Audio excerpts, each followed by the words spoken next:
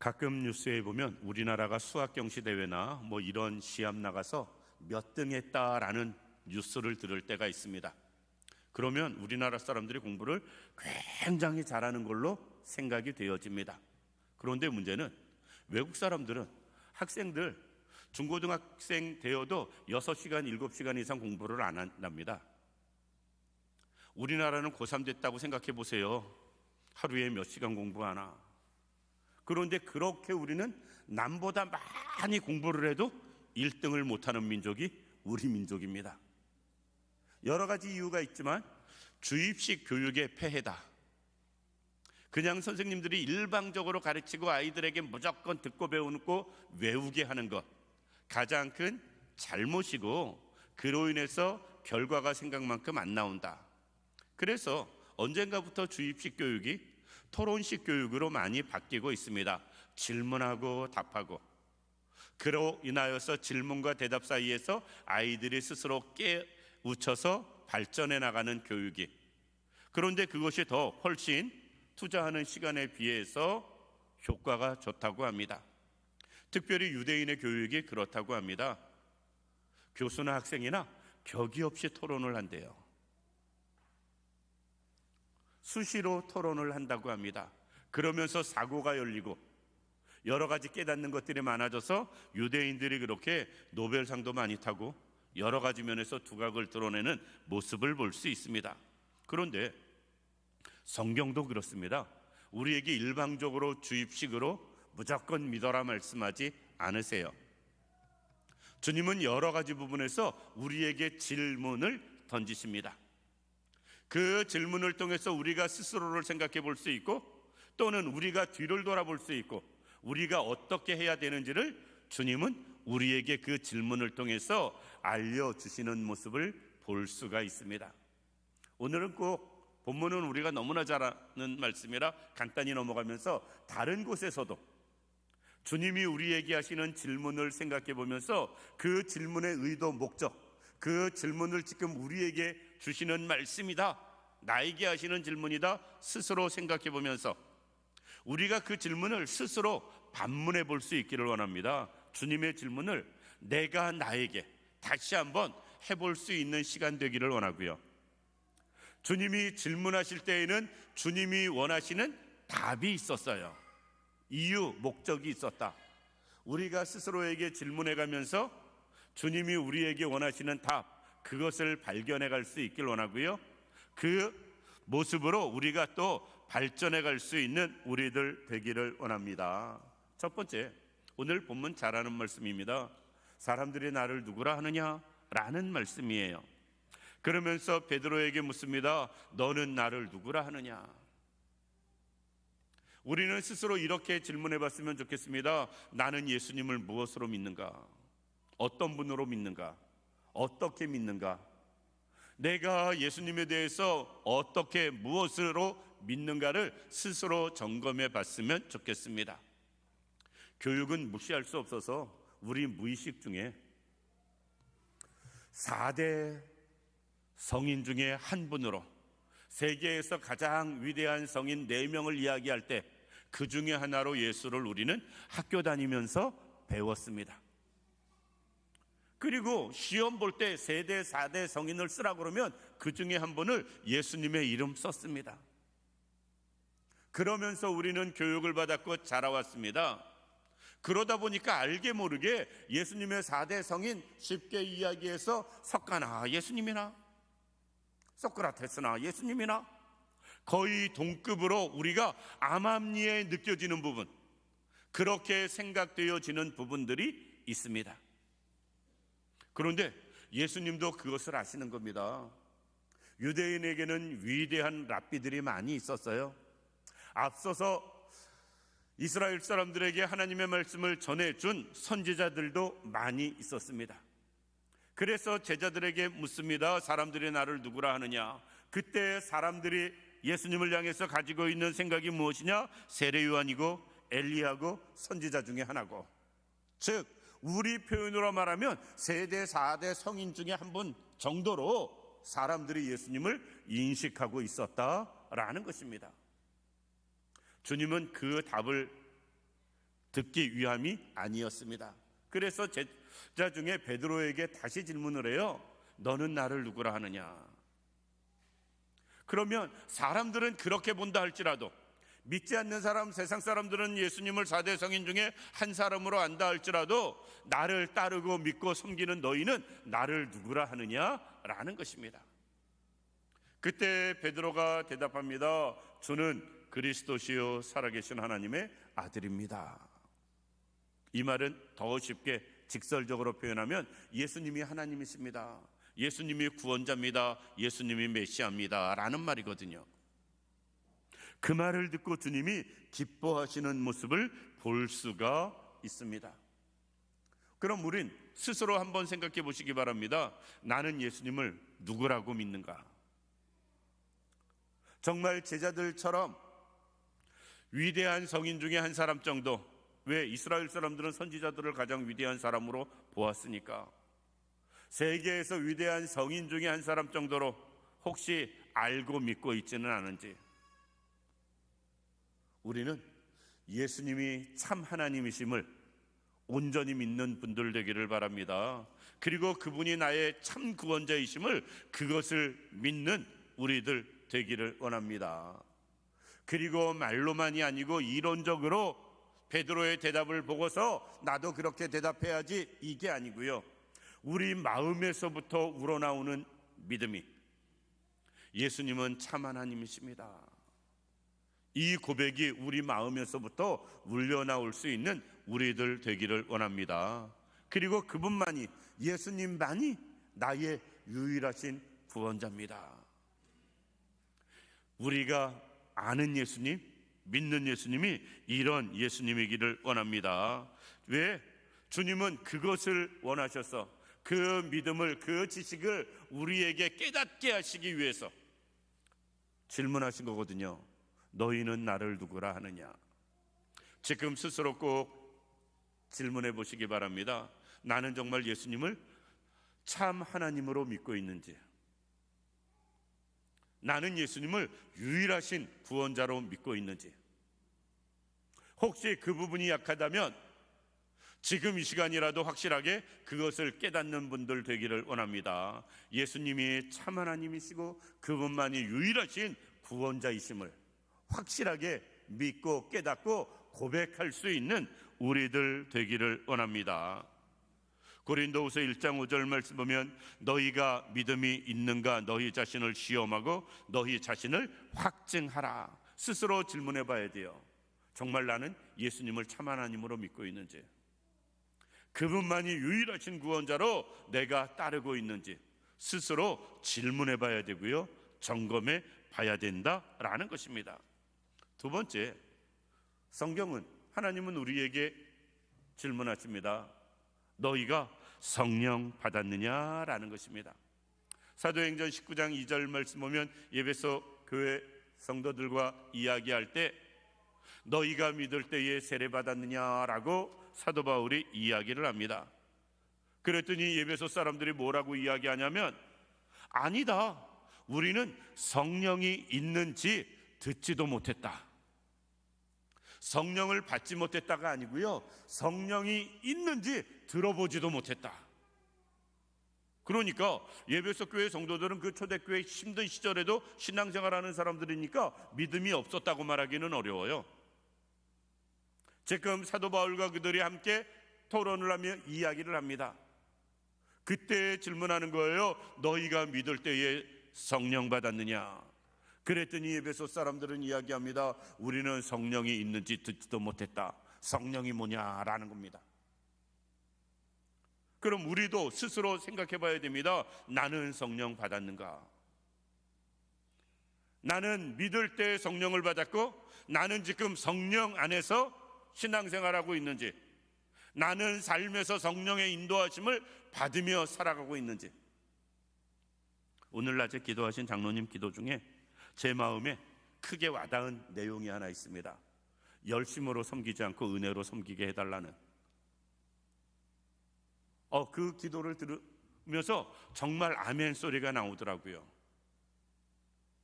우리는 열심을 늘 생각하거든요. 근데 열심은 식어질 때가 있어요.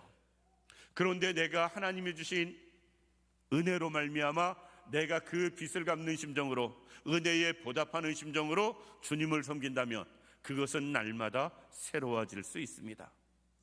우리의 믿음이 왜 들쑥날쑥할까? 예전에 제가 어렸을 때 선배 목사님들은 이런 말씀들 많이 했습니다. 한국교회 성도들은 냄비 근성, 냄비 신앙 많이 하셨습니다. 부흥회 때 아이고 레파토리가 저거밖에 없나 싶을 만큼 어른들이 하셨어요. 그런데 우리의 신앙이 왜 그런 소리를 듣게 될까? 우리의 믿음이 왜 그런 냄비 이야기 들을 만큼 수시로 변하는가? 가장 큰 이유 중에 하나는 성령 충만한 가운데서 주님을 섬기지 않기 때문에 그렇습니다. 성령 받지 못하고 신앙생활하면서 생기는 많은 일들, 그렇기 때문에 우리의 믿음이, 우리의 삶이 변화되지 아니하고 늘 이런저런 문제 가운데 헤매고 어려움 겪는 모습, 그것이 우리의 실상이고 모습일 수 있습니다. 따라서 우리는 스스로 질문해 봐야 돼요. 나는 하나님 앞에서 성령 받고서 주를 섬기는가? 성령 충만한 가운데 신앙생활하고 있는가? 아니면 예를 들어 모태 신앙에서부터 그냥 어려서부터 다니는 거니까 다니고, 어려서부터 드리던 거니까 예배 드리고, 어려서부터 섬기던 거니까 신앙생활하고 있지는 않은가? 그러면서 속으로 우리도 성령이 뭔지, 남들은 성령 이야기하는데 그게 뭐냐고 체면상 물론 못 보지만 속으로 나는 성령이 뭔지도 모르는데 받지도 못했는데 혹시 이런 마음으로 신앙생활하고 있지는 않은지 스스로 물어봐야 됩니다. 왜? 주님이 우리에게 물으시거든요. 너희가 믿을 때 성령 받았느냐? 할렐루야 하든지 아멘 하든지, 지금도 그 안에서 충만하게 거하고 있습니다 하든지, 아니면 예배소 교회 성도들처럼 그게 뭔데요 하든지. 우리는 예배소 교회 성도들처럼 성령을 이야기하는데 들어보지도 못했다, 알지도 못한다, 그게 뭐냐? 라는 이런 반응이 우리에게 있지 않기를 원합니다. 우리는 경험적으로 성령의 뜨거움도 경험하고, 성령의 역사도 경험하고, 성령의 다양한 은혜도 경험하여서 너희가 믿을 때 성령 받았느냐라고 물으신다면 지금도 그 성령 충만한 가운데 살아가고 있습니다 라고 말할 수 있는 우리들 되어야 됩니다. 그리고 지금 신앙생활하는 것도, 지금 섬김의 삶을 사는 것도, 내가 지금 하나님 앞에서 행하는 모든 것도 다 성령의 인도하심으로 하고 있습니다 라고 고백할 수 있는 우리들 되어져야 됩니다. 그렇게 신앙생활할 때 최소한 냄비 소리는 안 들어요.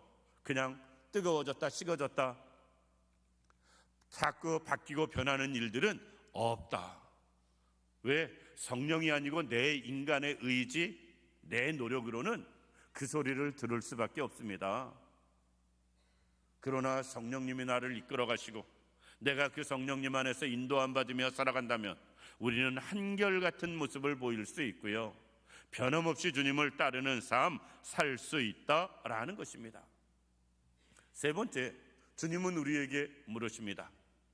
내가 나를 사랑하느냐라고. 우리가 잘 아는 대로 요한복음 21장 말씀 보면 부활하신 예수님께서 갈릴리 바다 가서 고기 잡는 베드로 제자들을 찾아가십니다. 그리고 그들을 만나주세요. 그리고 그들에게 묻습니다. 특별히 베드로를 향해서 주님이 물으십니다. 내가 이 모든 사람들보다 나를 더 사랑하느냐? 주님이 우리에게 물으십니다. 내가 이 세상 모든 것보다 나를 더 사랑하느냐? 아니면 옆 사람보다 나를 더 사랑하느냐? 세상 물질보다 나를 더 사랑하느냐? 다양한 모습으로 주님은 우리에게 물으십니다. 우리는 그 질문에 답할 수 있어야 돼요. 최소한 베드로는 이렇게 고백합니다. 내가 주를 사랑하는 줄 주께서 아시나이다. 엄청난 고백이지요. 엄청난 고백이지요. 내가 주님 사랑하는 건 주님이 아시잖아요 라는 말이에요. 비록 주님이 십자가에 달려 돌아가실 때 주님이 부활하신 소리 들었음에도 불구하고 고향에 낙심하고 돌아와서 고기 잡고 있다 할지라도 마음만큼은 주님을 사랑했던 베드로의 모습을 볼 수가 있습니다. 그리고 그 심령이 겉으로 표현하지 못하지만, 드러내지는 않지만 애통한 가운데 예수님을 향한 사랑이 있다면 얼마나 그때 마음이 괴롭고 힘들었겠어요. 그런 마음으로 낙향해서 생활하는 베드로를 굳이 주님이 찾아오시는 이유도 여기에 있습니다. 그의 마음을 알고 있기 때문에. 주님을 사랑한다는 것을 주님이 아시고 물으십니다. 내가 나를 사랑하느냐라고. 그것도 3번씩이나 반복해서 물으십니다. 우리도 스스로 나에게 질문해 보시기 바랍니다. 나는 주님을 얼마나 사랑하시는가? 어디까지 사랑할 수 있는가? 스스로 질문해 보시기 바랍니다. 그리고 우리도 베드로처럼 고백할 수 있어야 돼요. 내가 주를 사랑하는 줄 주께서 아시나이다. 주님의 질문이 이거거든요. 내가 이 모든 사람보다 나를 더 사랑하느냐 물을 때 주님이 아십니다라는 그 말은 이 모든 사람보다 최소한 다른 건 몰라도 내가 주님 사랑하는 것만큼은 내가 더합니다라는 고백이에요. 우리도 그럴 수 있길 원합니다. 예를 들어 몸이 아파서 더 많이 몸으로 봉사하지 못해도 마음으로 주님 사랑하는 것 내가 최고입니다. 내가 바빠서 시간을 내지 못해서 그래서 많이 주 앞에 나와 섬김은 다 하지 못한다 할지라도 내가 마음으로부터 주님을 사랑하는 건 내가 최고입니다. 이렇게 우리는 답할 수 있는 사람 되어져야 됩니다. 그리고 지금 내가 이런저런 환경에 얽매여 있지만 마음만으로 주님을 사랑하는 것, 주님 내가 최고입니다. 그래서 내가 주님을 사랑하기 때문에 이렇게 노력도 하고 이렇게 수고도 하고 이렇게 봉사도 하고 이렇게 헌신도 하는 것 다 주님을 사랑하기 때문입니다 라고 고백할 수 있어야 됩니다. 정말 주님을 사랑하는지 안 사랑하는지 우리는 어떻게 알 수 있을까? 요한복음 14장 15절에 주님은 이렇게 말씀합니다. 너희가 나를 사랑하면 나의 계명을 지키리라.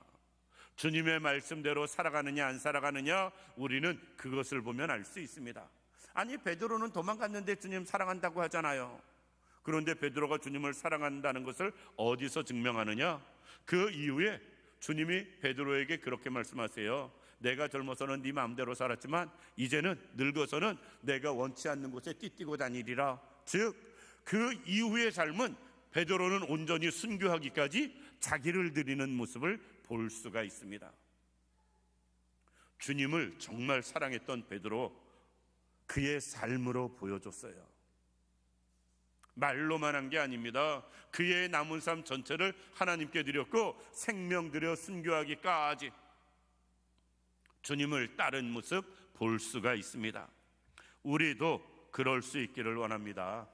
정말 주님, 내가 누구보다 무엇보다 세상의 그 어떤 것보다 주님 사랑합니다. 우리가 고백할 수 있기를 원하고요. 그렇게 고백한다면 우리의 삶 가운데 그것을 보여줄 수 있는, 나타낼 수 있는 우리들 되기를 원합니다. 마지막으로 주님은 우리에게 물으십니다. 누가복음 17장 17절 말씀 보면 10명의 나병 환자에게 제사장에 가서 내 몸을 보이라 라고 말씀하시며 그들을 고쳐주십니다. 10명의 나병 환자가 집에 가다 제사장한테 달려가다가 보니까 몸이 다 나았어요. 그 중에 사마리아 나병 환자 한 명이 주 앞에 달려와서 감사하는 모습을 볼 수가 있습니다. 그때 주님은 이렇게 말씀하시거든요.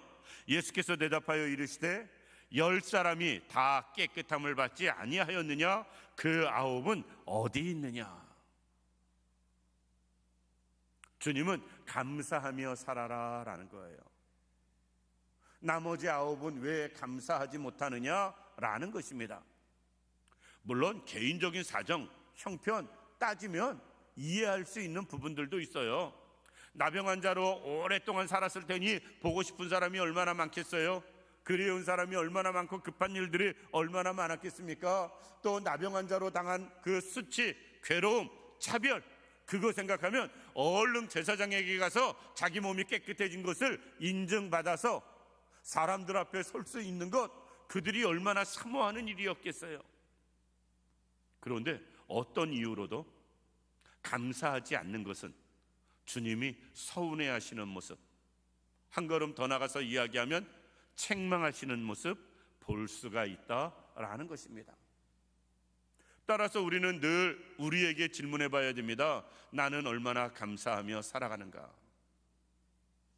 하나님 앞에, 사람 앞에, 교회에게 얼마나 감사하며 살아가고 있는가? 우리는 자녀 키울 때 부모님들이 정말 사랑으로 키웁니다. 그런데 알아요. 이래봤자 다 소용없다는 것을. 그렇죠? 아닌가요? 아니, 자식한테 투자한 것만큼 뽑은 사람 있으면 손 한번 들어보세요. 사랑을 준 만큼 받았고 물질을 쓴 만큼 되돌려받은 사람 있으면 한 사람이라도 손 들어보세요. 없어요. 내가 나이를 가끔 안아주면서도 이거 이래봤자 다 소용없는데, 왜? 기억도 못할 거거든요. 기억도 못할 거거든요. 주님이 우리를 사랑하시는 사랑은 그거보다 더 크신 사랑이에요. 주님은 우리에게 보답을 원하고 우리를 사랑하시거나 은혜 베푸시는 분은 아니십니다. 그런데 성도는 마땅히, 당연히 우리 입장에서 해야 할 일은 그 모든 것에 감사하며 사는 것입니다. 그래서 항상 기뻐하라, 쉬지 말고 기도하라, 범사에 감사하라 말씀하시는 이유가 여기에 있습니다. 우리는 기뻐하며 사는 것 시키지 않아도 기쁘게 살려고 노력을 합니다. 조금 더 행복하게 살려고 죽을 힘을 다하잖아요. 우리는 기도합니다. 쉬지 않고 날마다 필요를 하나님 앞에 채워달라고 기도합니다. 말하지 않아도. 그 두 가지는 잘해요. 그런데 범사에 얼마나 감사하는가? 똑같은 선상에서 놓고 주님은 말씀하시거든요. 기뻐해야 할 것, 기도해야 할 것, 감사해야 할 것. 그런데 우리는 거의 모든 분들이 제일 못하는 게 감사하는 거예요. 그래서 주님은 우리를 향해서도 물으십니다. 10명 다 나음을 받지 않았느냐? 그런데 그 9은 어디 있느냐? 나는 그 9에 속한 사람인지, 아니면 돌아와서 지금 주 앞에 무릎 꿇고 감사드리는 한 사람에 속했는지 우리는 생각해 봐야 됩니다. 꼭 감사해가지고 그 사마리아 나병 환자가 주 앞에 나와서 감사함으로 영혼까지 구원받았다는 이야기하면서 더 큰 은혜 받으려고 감사해야 된다, 이게 아니고요. 이미 주신 은혜에 우리는 마땅히 당연하게 감사하며 사는 사람 되어져야 됩니다. 그런데 항상 더해지는 모습이 있어요. 은혜를 더하면 은혜가 더 넘쳐나고 감사를 더하면 감사할 일이 더 넘쳐나는, 신앙생활은 항상 여러 가지 면에서 플러스 되어지는 것들이 있습니다. 불평을 시작하면 불평거리만 늘어나고, 원망을 시작하면 원망거리만 늘어납니다. 그런데 감사 이야기를 하면 감사거리만 더해질 수 있습니다. 주님은 말씀하십니다. 우리에게 감사하며 살아가라고. 스스로 질문해 보시기 바랍니다. 얼마나 감사하며 살아가는가? 세상 사람들 우리는 이야기합니다. 다 지옥 갈 사람인데 천에 하나 만에 하나 우리를 불러주셔서 구원받게 하시고 예수 믿게 하셨다고. 그렇게 기도하는 거 말고 정말 마음으로 그 부분에 대해서 얼마나 감사하는가? 우리는 기도합니다. 지나간 한 주간도 사고도 질병도 많았는데 그 중에서 우리를 지켜주시고 오늘 거룩하고 복된 주일 불러주셔서 감사하다고. 그런데 정말 마음으로 그 감사하며 살아가는지는 생각해 봐야 됩니다. 우리는 여러 가지 입술로 다양한 기도를 합니다. 그럼에도 불구하고 실제 그 모든 것들 가운데 그만큼 감사하며 살아가고 있는지 생각해 보아야 됩니다. 모세와 이스라엘 백성들이 출애굽한 이후에 홍해를 건넙니다. 홍해 건너고 나서 그들이 행한 일이 얼마나 좋은지 하나님 앞에 찬양하며 경배하며 노래합니다. 수없이 많은 백성들이 모여서 한 마음으로 주님을 찬양합니다. 그런데 그 사건 지나자마자 그들이 원망하고 불평하는 일 쉽게 생기는 모습 볼 수 있다. 우리는 그러지 않길 원합니다. 늘 감사하며 살아갈 수 있길 원합니다. 감사하며 살아갈 때 시편 126편 2절 말씀 보면 그때에 우리 입에는 웃음이 가득하고 우리 혀에는 찬양이 있었도다. 찬양이 우리 입 속에 늘 차오르는 것, 하나님 앞에 감사함으로 우리가 살아갈 때 가능한 일입니다. 말씀을 마칩니다. 스스로 우리가 늘 반문해 보시기 바랍니다. 주님이 나에게 하신 말씀을. 나는 예수님을 누구라고 믿는가? 이 말씀부터 시작해서 우리는 스스로 질문해 보시기 바랍니다. 나는 주님을 얼마나 사랑하고 있는지. 그리고 우리는 스스로 생각해 봐야 됩니다. 정말 성령 충만한 가운데 살아가는지, 그리고 감사를 잊지는 않았는지. 만약에 그렇다면 이제 회복하시기 바랍니다.